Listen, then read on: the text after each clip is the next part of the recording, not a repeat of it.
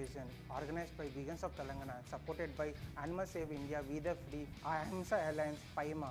This festival is for all the vegans and the non-vegans. It has more than 32 food stalls, beauty, cruelty-free products, sustainability and different kind of activities, fun activities. Also we'll be having fitness challenges, live music, singing, dancing. So it's an entertainment theme. This festival is full of vibes. It's welcome for all age groups and it is the opportunity to understand the plant-based lifestyle, and we have to condemn all the wrong goings that is happening in animal industries, in dairy industry, poultry industry, meat industries. This festival gives the opportunity for the non-vegans to understand the plant-based lifestyle and thrive on a vegan lifestyle. Thank you so much. Hi everyone, this is Suraj, founder of Vegans of Telangana. The KindCarnival Hyderabad Vegan Festival is sponsored by World Vegan Vision, organized by Vegans of Telangana and supported by Animal Save India, We the Free, Ahimsa Alliance, PAIMA. This festival is for all the vegans and the non-vegans. It has more than 32 food stalls, beauty, cruelty-free products, sustainability and different kind of activities, fun activities. Also we'll be having fitness challenges, live music, singing, dancing. So it's an entertainment theme. This festival is full of vibes. It's welcome for all age groups and it is the opportunity to understand the plant-based lifestyle, and we have to condemn all the wrong goings that is happening in animal industries, in dairy industry, poultry industry, meat industries. This festival gives the opportunity for a non-vegan.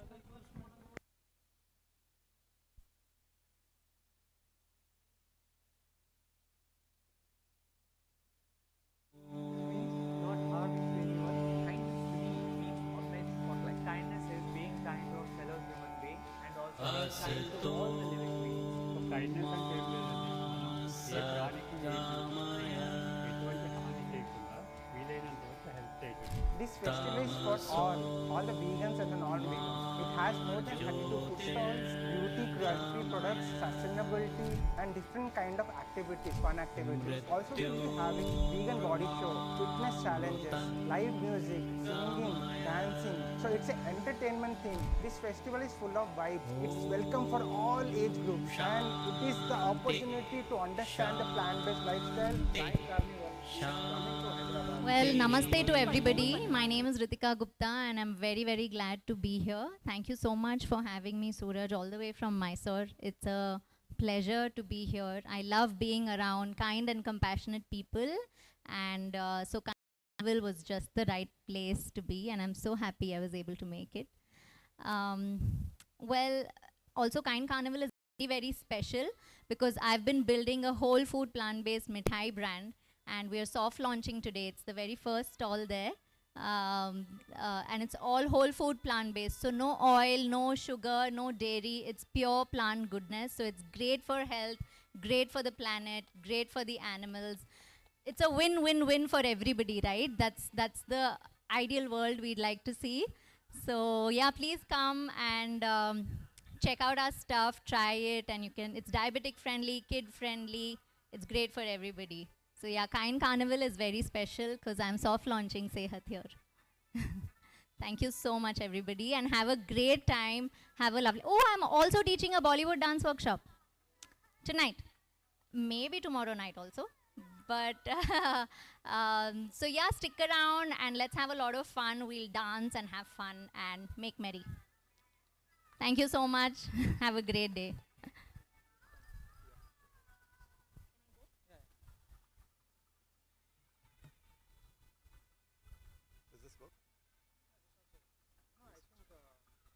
It's not working.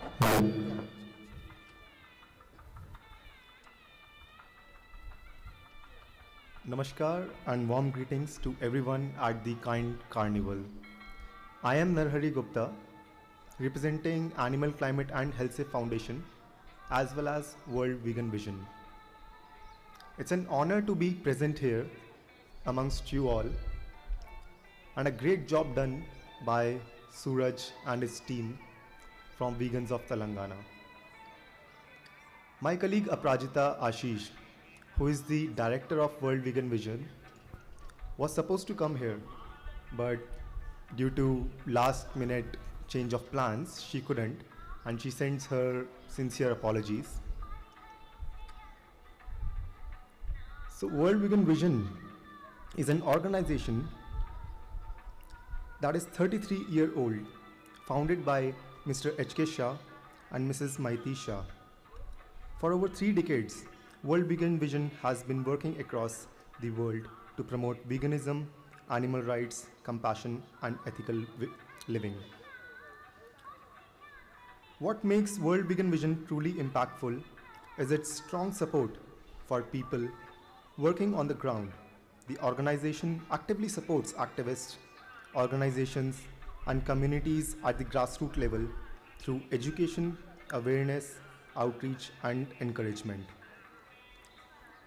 World Vegan Vision stands with anyone who is sincerely working for animals and for a kinder world. Alongside this, Animal Climate Health Safe Foundation is also very happy to support this festival. Our foundation focuses on building grassroots movements. We strongly believe that activists are the backbone of social change. That is why we work to empower grassroots activists by providing training, resource guidance, and platforms to amplify their voices and efforts. At the core of our work is a deep belief in the intersectional approach. We believe that animal justice, climate justice, and food justice are deeply interconnected. The same systems that exploits animals also harm the planet, damages human health, and create inequality.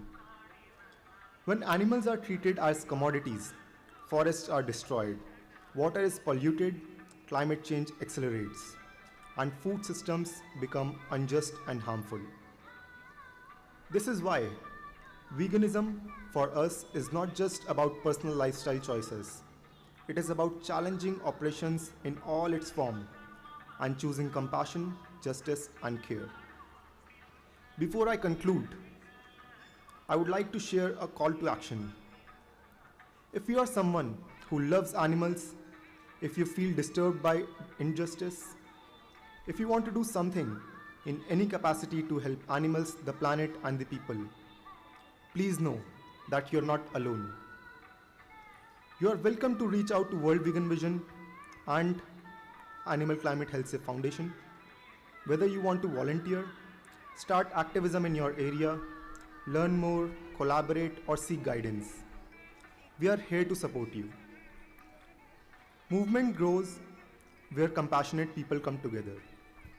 Every voice matters, every action counts, and every choice has the power to create change. On behalf of Aprajita Ashish, World Vegan Vision Foundation, and Animal Climate and Health Safe Foundation, thank you for being here and for choosing compassion. Enjoy the festival, enjoy conversations, and take the spirit of kindness forward with you. Thank you.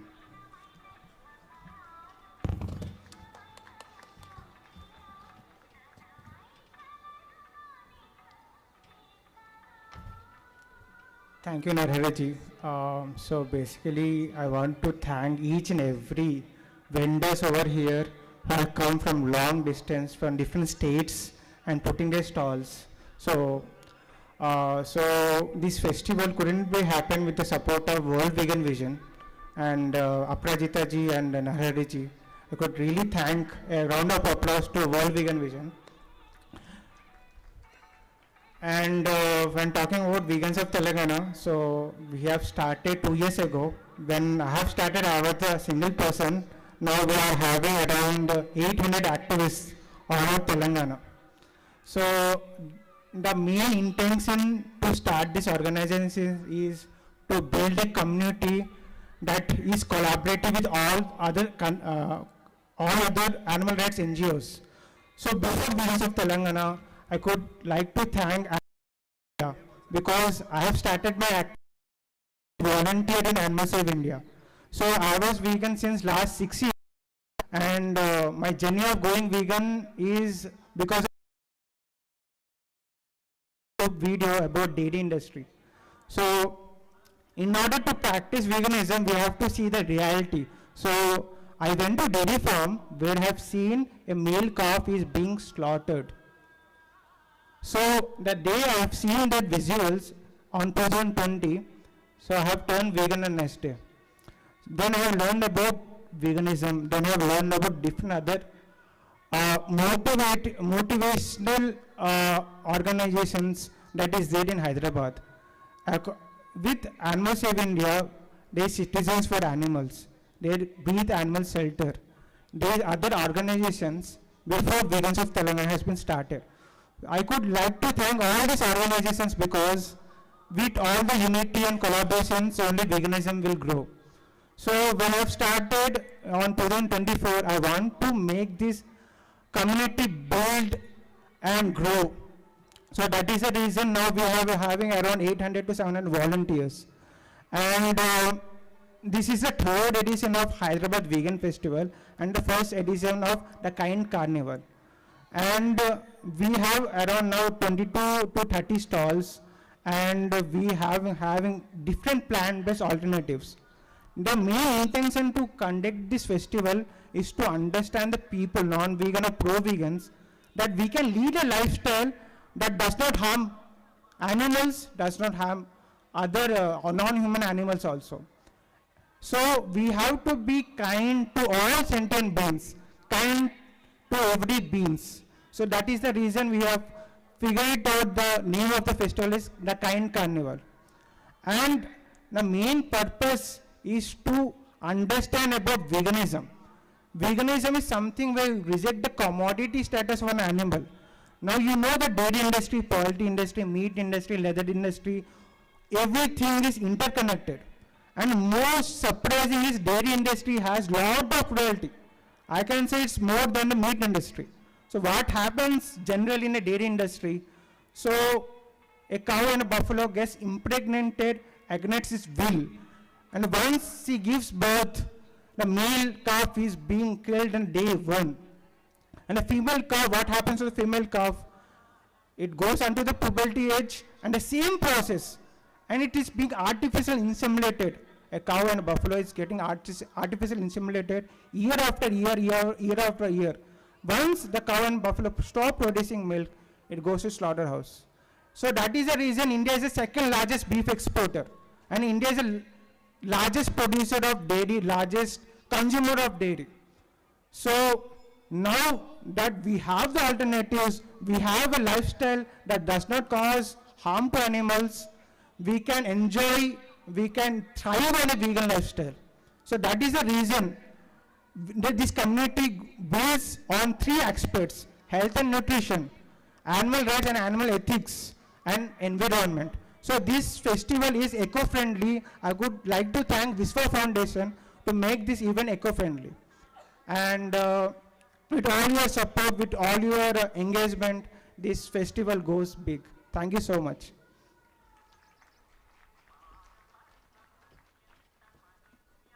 Your tickets today. Kindness means not harming to anyone. Kindness to me means organizing. Thank you, corporate Suraj. kindness Thank being you, kind Narhari of sir fellow and human Ritika, being for and your also words of wisdom. They truly shape the way we think from now on.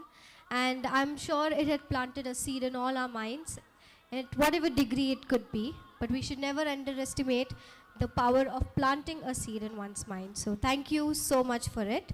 Now, we are going to come up with a new conversation. And this conversation is going to get very raw, real, and somewhat relatable for most of us in our own ways. And without further ado, I would love to call upon stage Suraj Sitarama, Avishkar, Anisha, and Shubh for a quick panel discussion about the reality of animal activism and what really goes behind the struggle, the hope, the frustration. Sometimes a lot of breakthroughs also happen in this, and what keeps them motivated and going, you know, for standing up. And you know, this really amazing quote that when you don't stand up for something, you fall for anything. And that really makes sense because it takes a lot of courage, it takes a lot of determination and grit to really stand up and have that consistency over the years for whatever purpose. And they have all tied their higher purpose to what they do. And for that, we are going to get to know what all are their perspectives and what they have to say and the backstory, which is going to get very raw and relatable for all of us through this panel discussion. I would request them to kindly come up on stage. Suraj, Avishkar, Anisha, and Shubh.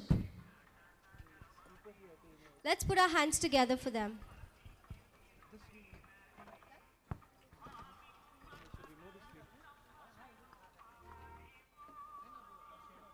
All the living beings. So kindness అంటే ఏం లేదండి, మనం ఏ ప్రాణికి ఏ మనిషికి కూడా ఎటువంటి హాని చేయకుండా వీలైనంత వరకు హెల్ప్ చేయగలం. This festival is for all the vegans and the non-vegans. It has more than 32 food stalls, beauty, cruelty-free products, sustainability, and different kind of activities, fun activities. Also, we'll be having vegan body show, fitness challenges, live music, singing, dancing. So it's an entertainment theme. This festival is full of vibes. It's welcome for all groups, and it is the opportunity to understand the plant-based lifestyle. KindCarnival is coming to Hyderabad. This December,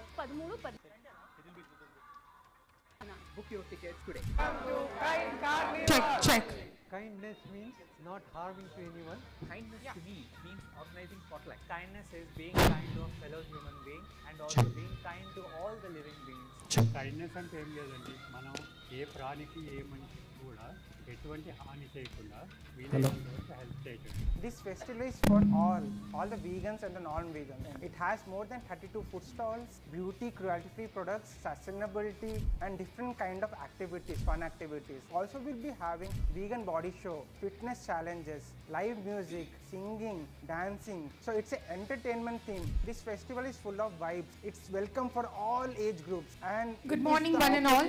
To understand. We all know that once we've taken up veganism, animal rights activism is the next right thing to do.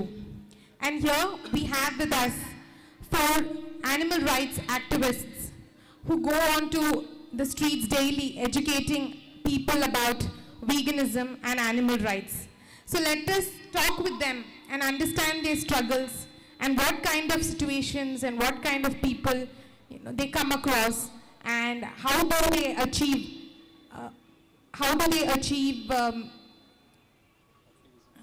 activism and how do they make people rekindle the compassion in their hearts and make people agree upon and also inspire people. So let's begin the session.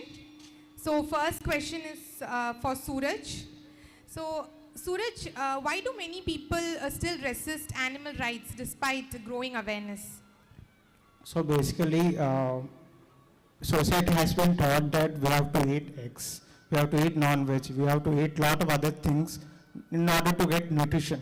Right. So that is the reason parenting is the main problem. Parenting has been a main problem since last 50 years. When white revolution was started in 1962, dairy industry has been evolved so much.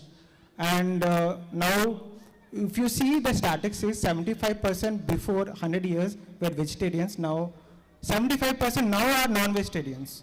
It's been completely turned around because of the societal norms and because of societal pressure. That is the reason we have to tackle the non-vegans or pro-vegans in such a manner to understand about animal rights from a victim's perspective. So that is the main reason. And also, do you feel that does media play any role in influencing people, in influencing the parenting choices? So basically, if you see that media will only focus on other things apart from animal rights, because their motive is to spread different other news, but as of now, animal rights, animal liberation is the main topic, and that has to be heard by each individual, each citizens of India. Okay, thank you. So let's move on to the next question. So can animal rights coexist with profit-driven industries? Now this is an industry-related question.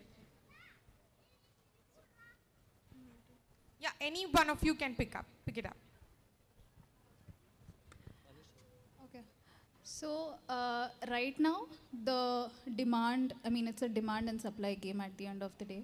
So right now, the demand for plant-based products, for cruelty-free living products is less. But it was much lesser earlier, and now the shift is happening. So if we have seen 10 years before, the demand for all of these products was much lesser. Right now, veganism is thriving, it's increasing. At least 2% of the population, of the world population, understand the subject, and there are a lot more pro-vegans who understand the subject but don't know where to start. Okay. And also, while we were organizing this event, we understood there are so many plant-based and cruelty-free brands that we also didn't know. And it gave us a platform to expose ourselves. So it will shift eventually, but at the end of the day, it's at a micro level, we can make that shift happening by focusing on our choices. And when we start, increasing our consumption for such products, automatically the businesses also will get encouraged to come up with such products, and they'll also move on establishing such industries. But it happens eventually, and it has happened historically, and I think it will also happen eventually. So you got the answer, guys. So you need to start looking out for cruelty-free and vegan products. There are many, many products, as Anisha told, in the market. But all we need to do is search and choose cruelty-free and vegan products. So yeah, I'll just add one thing. So I've heard somewhere in one of the podcasts that we just need 10% of the world's population to move towards veganism and understand the plant-based lifestyle, and automatically businesses will start flourishing, the economy will shift, governments will shift, laws will shift, but we need 10% people to understand this subject and stand up for it. True, true, very true. So moving on to the next question. So why are activists sometimes labeled as extremists? Or, people also say that, vegans are too extreme, or veganism is extreme. Can you just elaborate on that? It's a very good question. I think it depends on the level of, or the stage of activism an individual is on. The more experienced an activist becomes, the lesser the intensity of anger is inside the individual. So I think it just depends on how much experience as an activist has. And all these kind of anger and burnout and all these unwholesome mentalities exist. Initially, it's normal to have those kind of emotional aspects. So I guess with time, activists do mature and they are more capable of having mindful conversations with diverse audience. So it's about just... So do you feel that they need to, take some training sessions to, get the expertise on activism? Definitely. There is a need of education in a lot of other aspects, not just, bringing out facts and information, but also how to do advocacy effectively with a broader audience. So that definitely needs a lot of education. Right. So, yeah, sure. So the point is, veganism is not extreme. Abusement is extreme. Murdering is extreme. Raping is extreme. That is what happening in dairy industry, poultry industry, meat industry, industries. All the services are extreme. Not veganism is extreme.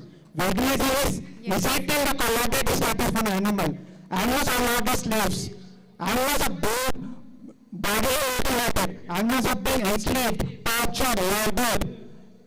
So that is extreme. Not veganism, not extreme. Veganism is a kind way to empathy animals, welcome animals, not to harm animals, live a lifestyle that does not cost the animals. That is plant-based lifestyle. So veganism is never extreme. True, true. So moving on to the next question. Some people, accept everything, but they are not ready to see the truth. They do not want to watch the videos about animal cruelty. They do not want to know the numbers. They do not want to know the statistics. So, what strategies do you apply, and how do you deal with such people? Any one of you can take it up. Hello everyone, my name is Avishkar. I am a vegan since 1 year. I am part of Vegans of Telangana since 7 to 8 months. One thing has made me question myself, and it still depresses me. I'm still angry about myself, that why was I vegan only since 1 year? Why do not I come to these guys? These guys here sitting, some are 15 years, some are 20 years vegan.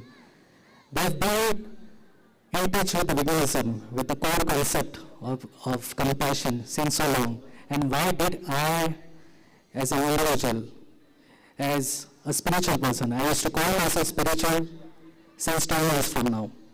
I used to follow Sadhguru and all the great leaders in India, like Acharya Prashant. I used to see his videos. I used to watch, I used to learn, I used to educate myself, get deeper understanding on the compassionate aspect of a human being. Because why can we call ourselves a human being if we are not compassionate beings? There are all the animals, all the millions of species on earth. No one has the intellect and the understanding, the model of development in their brains, which can make them a better, improved, a growth-oriented person. Only human being is the one species on earth, Homo sapiens, who can literally grow in their life. And what is the meaning of growth? If you ask, we go in house, we have conversation with all kind of people, the students, parents, right from the teachers. When we have a conversation with them, their response is highly intellectual sometimes. Even we get confused, like what exactly they want to convey. But we as activists, we want to go and take them to that time of their life when they were children, when they were kids, when they had their instincts and their nature of human under control. If any one of you, if you go back 20 years, 30 years, whatever your age is, if you go back to the age when you were a 5 or 6 year old child, and if there's a chicken in front of you, if there's a cow in front of you, if there's a dog in front of you, doesn't matter what kind of species it is, you will still have the love inside you. You will still feel the affection inside you. That's what makes you a human being. But with time, with the societal norms, when you become a part of a rat race, something inside you is switched off. And that's the compassionate side inside you, which the society needs to be switched off. Because if you don't switch it off, then you will be a consumer. You will be a consumer of the products which they want to sell you. You will be giving your money to something which they want to sell you. Of course, if you don't switch off the compassionate side, all the stores present here, you won't be coming here. You will be going somewhere and having someone's leg on your plate. A roasted leg, a fried leg, it doesn't matter. But it was someone's part. It was a part of someone's life, which will be there on a plate. So, coming back to the point which Ketana rightly asked me, can you please repeat? I forgot about what was your question, basically. So people, usually they are not ready to look at the numbers, or they are not ready to watch the, they do not want to discuss all the grim topics or watch the videos about animal cruelty, and they resist a lot. So how do you deal with such resistance coming from public? Yeah, so great. Thank you, Kirtana, for repeating the question again. Yeah. So what basically our standpoint is to first let them know the truth. Because truth is one of the most powerful force in this world. Do you agree with me? Yes, of course. Is there anyone here who doesn't agree with me with the fact? No, let's not say a fact. They can raise their hands. The truth is one of the, it is not a strong force which can change a person's life. Is there anyone who doesn't agree with this statement? that if you believe something, if you have faith in something, and someone comes to you and shows you the truth, which is a fact, and still you can disagree with that. You will say that, no, I don't agree with the facts that you are presenting. Is that a real presenter? They can raise their hand, and we can come and have a conversation right now. Okay, I don't feel so. So everyone respects truth here. So our job is not to convince anyone, our job is not to manipulate anyone, our job is basic, to show the truth. And then after watching the truth, whatever your compassion, what kind of your awareness is, you have to take your own decision and your own awareness for your own awareness level. And 99% of the people who are coming to our activism, whoever we are interacting with, we are showing them the videos, what goes on in the slaughterhouses, in the dairy industry, or maybe the meat industry, in the leather industry. They literally some start crying. They get to know that this is something very cruel, because something compassionate side inside them gets connected with the fact that the animals are how they are tortured.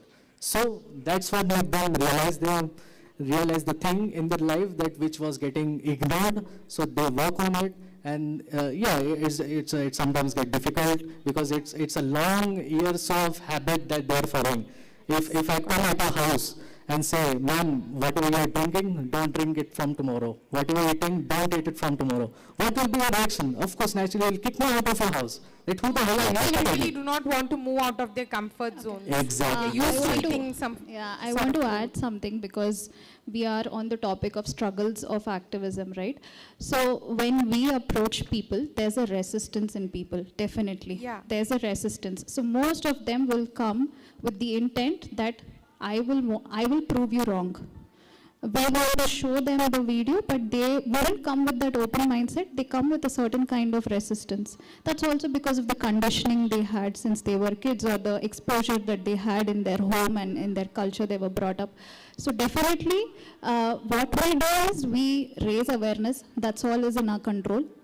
We try to state the facts. We try, like Shubh was saying, we try to talk about that topic that is not offensive to them, but also allows them to retrospect about their habits and about their choices. Few of them are open to it, few of them are not open to it, but we are not targeting everyone, right? We are just looking for those few people who understand or who resonate with the subject. Right. And we have seen that happening. So yeah, there's resistance also. So Ash, I would like to ask you one question, follow-up question on what you just said. So if, for example, there are two people, one of the person, he is a very compassionate man, and he's agreeing with whatever you're saying. But one person, he's like, no, it is my culture, so I won't be following whatever you're telling me. I'll be going on with my culture. So should we be tapping into them? Should we be going in conversation with them? Because maybe if it's a logical, rational person, definitely he should understand what we are telling. So what I feel is that we should not categorize people like this what we want to interact with, and these are the people we don't want to interact with. Because I remember one story in our Mahabharata and Ramayana. There was Angalamar. He was such a carnivore. He used to cut the people's thumbs, and he used to make a mala out of it. But when Gautam Buddha came in front of him, he was transformed. The Buddha's spirituality and the Buddha's enlightenment was so powerful, because even if the person, a carnivore person like him, can get transformed. So I feel that every person here or everywhere has the potential to get transformed himself. Yes, we should go out and talk about veganism to everyone. I'm not categorizing. I'm just answering the question that what kind of people did they all come across, and I'm saying that there are people who come with resistance, and we put our effort to make them aware, and few understand it and few won't. That's all. Thank you, Aisha, for clarifying. Right. So moving on to the next question. So we've seen a lot of selective compassion in the society. So let me just elaborate on that. So we see that people empathize with pets. Okay, they do have pets in their house, and they are more like their kids, so they treat them like their kids. But when it comes to farm animals and lab animals, they are so indifferent. So how do you deal with that? So that is called speciesism. So how we discriminate animals based on the species? Like we tend to love dogs and cats, keep them, treat them, feed them, love them, cuddle them. But what about they have a sense of going home, eating chicken biryani, eating mutton biryani, eating dairy products in front of that dog? That is discrimination. Why do you think that happens? Like, why are people so indifferent to some and then the selectiveness? Why? Where does it come from? So, is people mindset now is about superiority. It's like dogs and cats are the social beings, and they be living in a society. And these are domestic animals, farmed animals. They are being produced for us. They feel that they are being produced for us. Then be slaughtered for us. Then be breeded for us. But that is not the case. How we are discriminating human beings based on caste, color, sex, relation. We are discriminating animals also. So this is completely wrong. Our motto is to end speciesism. We have to treat each and every animal equal, because dog have the same pain, cow has the same pain, buffalo has the same pain. All each and every animal have offspring, families. So we have to stop speciesism. Okay. So when it comes to activism, like there are activists, who go out and then who talk to the public, and there are also different kinds of activism, like people do it on media. So which method do you think is effective? Any one of you can take it up. I think it depends on what the comfort of the activists is. Like someone can be comfortable indoors, someone can be comfortable not speaking, someone can be comfortable only with their friends or family members or their known people. There are different kind of personalities. Some are introverts, some are extroverts, some are very good on social media. They have a very good stage presence and social media presence. So definitely it depends on a personality types. Like for example, me, I'm an outgoing person. I love to interact with people. I love to make new friends. Even my job is like that I always meet new people. So if you're an introvert person, definitely you can contribute to the movement by speaking, by making poetry about it, by making songs about it, whatever you love about it. You can use the creativity on a social media platform where you don't have to interact, but you can express yourself in the best way possible. Do you think the reach is more on social media than in person?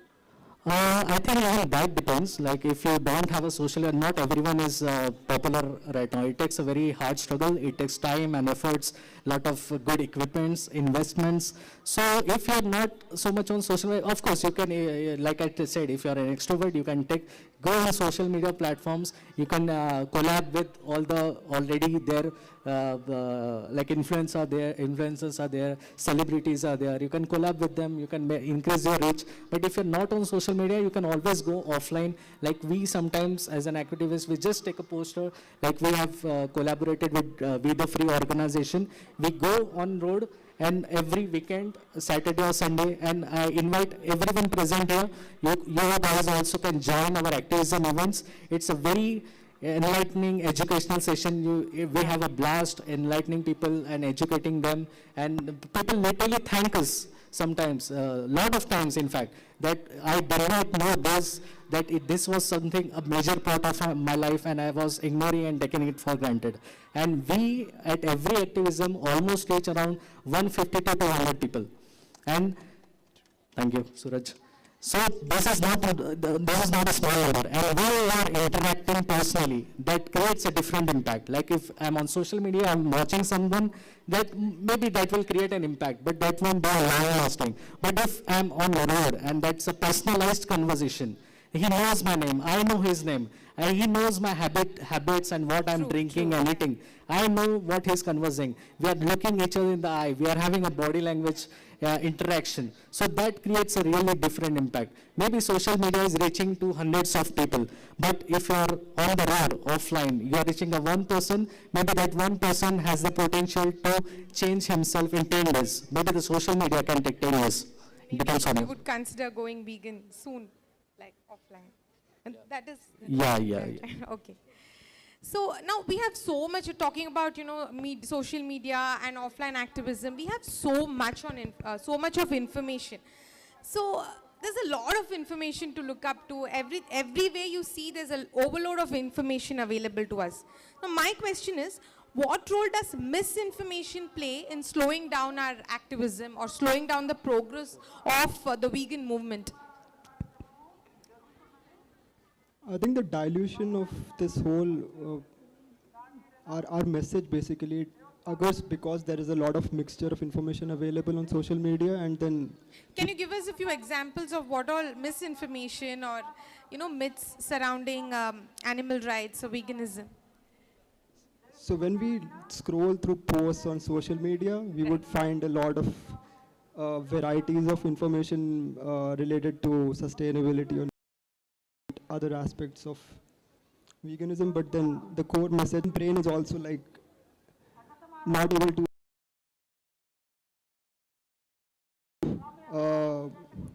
other kinds of arise. But the difference occurs when interacts with an activist and then tries to make the connection with the animals thoroughly without any kind of external influences. Shub, I wanted to respond on one example, real life example that I have faced. Like sometimes people have this misrepresentation of veganism especially. Right. They feel that this is just some kind of trend in the market. Right. Then the trends come and the trends go. Right. So what will be your response on that? Yeah, the trade aspect is just because we are actually putting hashtags on social media, and then people are interpreting it as something which is temporary, and it's not going to last forever. And they miss the whole point of the message, actual message of veganism, that is about animals. And it's not to say that we are doing it just for a short period of time, and it's definitely something that we as activists have the responsibility to just make it very clear that it's a long-term goal and we have to just fight for it for lives, for generations basically. It's not just a matter of few years or decades. So that's the point that many people miss out while exploring such topics on social media. And this kind of long-term thinking comes only when they are exposed to a different level of education in the activism community. So at We the Free, we are actually focusing on behavioral change at the individual level, and we are we're trying to inspire people and make them think about the core aspect rather than just picking out information from various different sources. I want to add one more point. Yes, Suraj. The basic myth now people are talking, plants feel pain. Okay, circle of life, vegan has very less protein.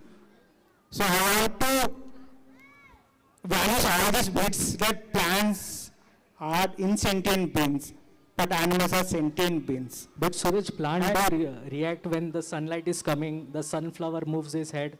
So that is the stimulus of a plant to react in a chemical reaction, but that is not sentient. Sentient means it should have receptors, pain receptors, heart, all these organs. But plants are insentient beings. And another myth is that animals eat plants. Human beings also eat plants. How animals are getting protein from the plants only, right? So in an animal-based diet, they are getting indirect protein.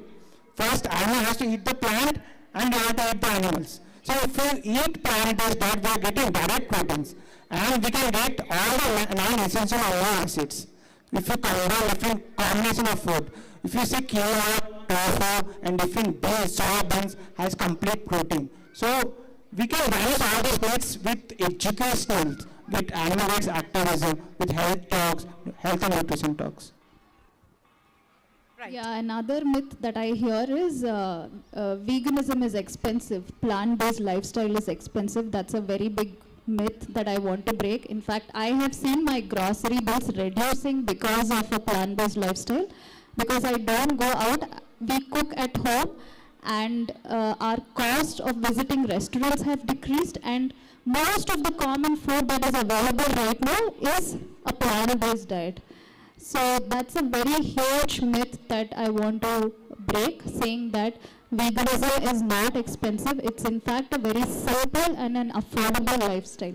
And by comparing different vegetables, fruits, protein sources in your plate, just ensure that you have a balanced meal in your plate. You will tap into all the macro and the micronutrients that is required for your body. Right. So, yeah. One more misrepresentation is there. Like people feel that vegan food is tasteless. It doesn't carry any taste like a fried chicken. Yeah, also at this point on this, how the chicken biryanis, all these mutton biryanis have this taste. We have to add masala, right? Masala comes from plants. So a human cannot eat that direct raw meat, right? So the masalas, these spices comes from plant-based lifestyle. So we can customize to a mock meat. So there are a lot of mock meat options out there, from soybeans, from soya chunks, we are getting mock meats. From jackfruit, we are getting mock meat. From different alternatives, we are getting mock meat. So taste is just an invalid reason to. And there's also one scientific reason which is dopamine related, especially. Okay. Like we have come from the cave area, right? Our ancestors were living in jungle. They were going to hunt. They were eating whatever is there for their own survival. Right. So the mind, how it has evolved, like the mind wants the more calories to be stored, because the mind is still in that jungle stage. It has, we have human beings, our society, but our mind is still living in a jungle stage. So what our mind feels is that the more calories we have, the more calories we store in our body, the better our survival chances are. So the thing which are non-vegans, if you can see the number of calories present, a plant-based diet has a less number of calories, but a non-vegan diet is having an intense amount of calories packed in it. Yeah, so whatever mind is designed like this, that whatever is having a more number of calories, we will feel tasty, we will feel it yummy. But it's just a mind mechanism which is a delusion for the human being living in a society. There's a scientific aspect of this. If you see all these chips, all this packaged food, all these non-vegan have milk solids. Milk has casein. Casein will attract and it is addictive. It will increase dopamine, cortisol levels in our body. So casein is found in mother's milk. So the baby has to consume a lot of food in the terms of milk. That is the real scientific reason the milk solids are being implemented in the chips also. And another thing is that animal-based protein has saturated fat. Saturated fat is not good. So when we have unsaturated fat, and now we have whole plant-based diet, we have less calories and have more nutrition benefits. Right. So now let's move on to some, the economic pressures, which we are facing. Like people ask the government to take initiatives. But I want to ask, what economic fears prevents the governments from supporting these animal welfare initiatives? So basically, if you see the government policies, some of the organizations are actually targeting the government policies. If you see, we have Prevention of Animal Cruelty Act, 1962, and we have now Plant-Based Treaty. This Plant-Based Treaty organization is helping animal-based industries to plant-based industries. Right. So all these organizations will help. And there's also an organization called Human Society for Animals. There's an organization called Animal PFA. So there are